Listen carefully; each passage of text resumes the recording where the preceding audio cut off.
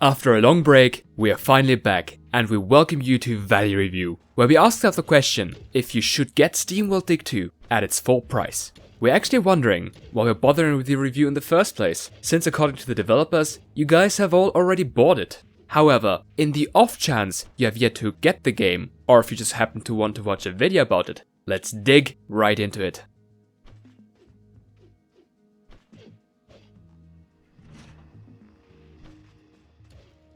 Steamworld Dig 2 is a sequel to, you guessed it, Steamworld Dig, which is previously released in 2013. Like the previous game, it can be described as a mix between Metroidvania and Terraria.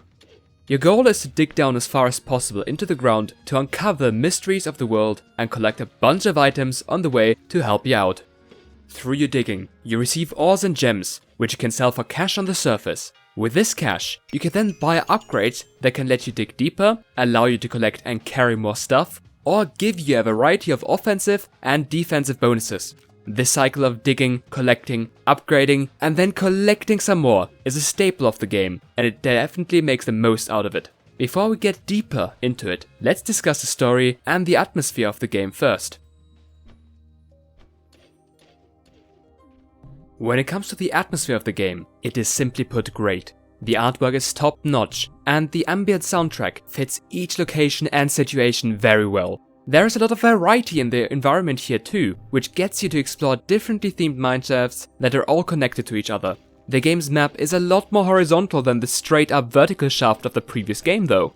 While this means you lose the epic feeling of digging down a single, extremely deep mine, this horizontal structure offers multiple mineshafts and encourages further exploration. The exploration aspect is something that is done extremely well in this game, as you will always be rewarded for doing so. See something that you might be able to climb? Go for it. There might just be an unlockable there, or gears with which you can enable some upgrades. Each exploration ends with a reward. This is great, and we'll be talking more about the gameplay and reward structure later. To set things up first, the game takes place shortly after the original Steamworld Dig, where its main protagonist Rusty has gone missing. You play as a shopkeeper of the original title, Dorothy, on a quest to find Rusty. This brings you to start your own digging adventure, and you will uncover the mysteries of the earthquakes currently plaguing the miners' town El Machino. The story then unfolds through a single main quest, which has you do objective after objective, all about mining and digging deeper.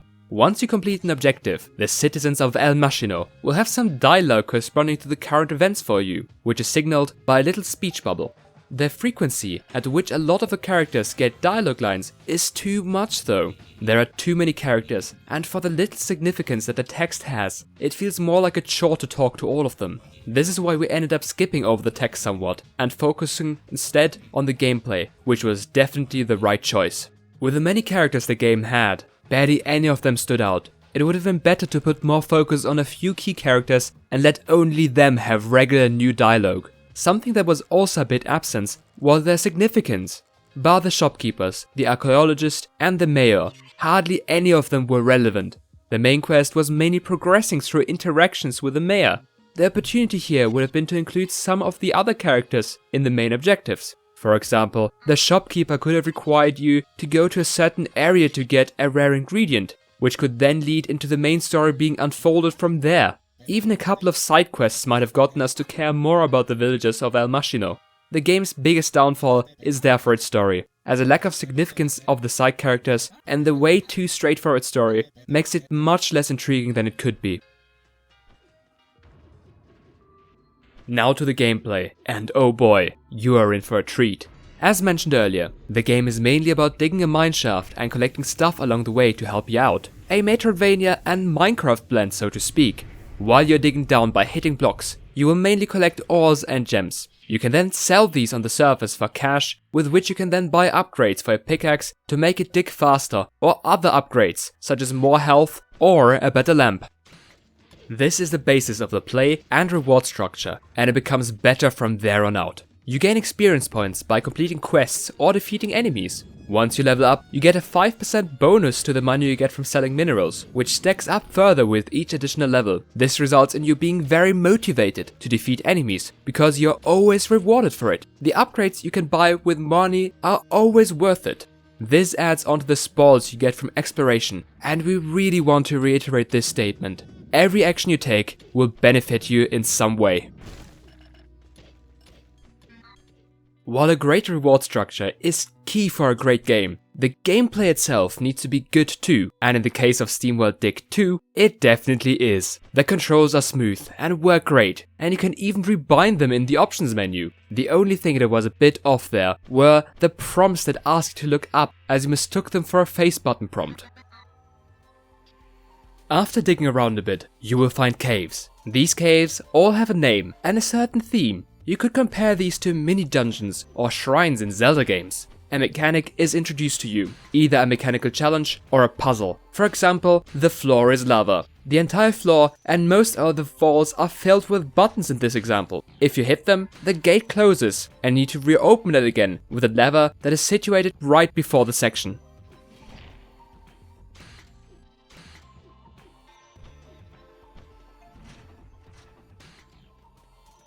What makes the caves good here is that you always get an easy section to try out and learn the mechanic at first, and afterwards a more challenging and refined version of the same element. If you complete the challenge very well, you may even find optional treasures like artifacts that help you unlock more upgrades, or gears that allow you to enable those upgrades. All in all, the caves are challenging, but allow you to understand them quickly and therefore enable a great gameplay experience. The game also features quite a decent enemy variety, and we were especially impressed to what extent the mechanics are used. One mechanic involved a wizard that spawns flying fireballs at your location. To solve a puzzle, you had to first get close enough to the wizard for him to spawn the fireball, and then make sure to get it through a tile that respawns after destroying it. Then the fireball can hit a robot, which can then move out of the way so you can progress further. This combination of observation and logic is brutally fun, and the only thing that is missing here would be the little jingle from Zelda that plays after solving a puzzle.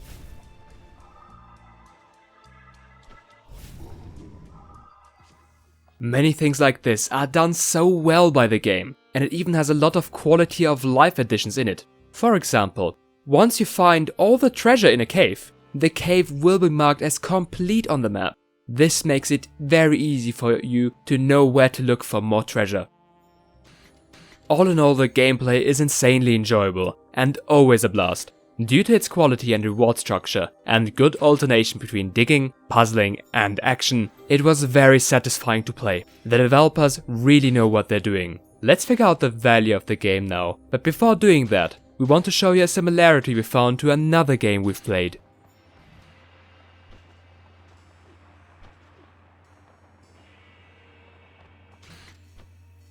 Throwing a hook to the ground and pulling it in makes you survive a fall? We are pretty sure that physics do not work this way.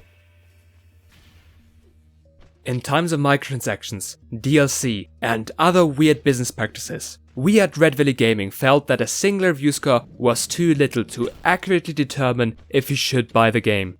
That is why we implemented the value rating, which states at what price the title is worth buying for. Anything surrounding the business of a game, be it aggressive microtransactions or things like the length of the game, are evaluated in the value rating. This means that our review score can focus entirely on the quality of the game and will keep anything surrounding its business out of it. Our review score is therefore a direct reflection of the quality of the game, while still enabling us to warn you of an immediate purchase if it is subpar in certain categories or business decisions. So in conclusion, with a great and fitting atmosphere, tight controls, and a great reward structure, we deem the game to get a fantastic score of 90. We can really recommend this game to anyone who enjoys exploration, puzzles, and platforming. But if you require a deep and rich storyline, you might want to hold off on this game. To the value, while the game is fantastic, its 6 to 8 hour playtime is a bit too short to justify the $20 price tag. If you're on a budget, maybe get it on a light price dip at around $16. The game features some replayability though, by unlocking upgrades that can make the game a bit harder, so you might be able to find some additional value there. Thanks for watching. We hope you found this review helpful, and if you did, please hit the like and subscribe buttons. It really does help us out with our channel and our website. Hope to see you next time.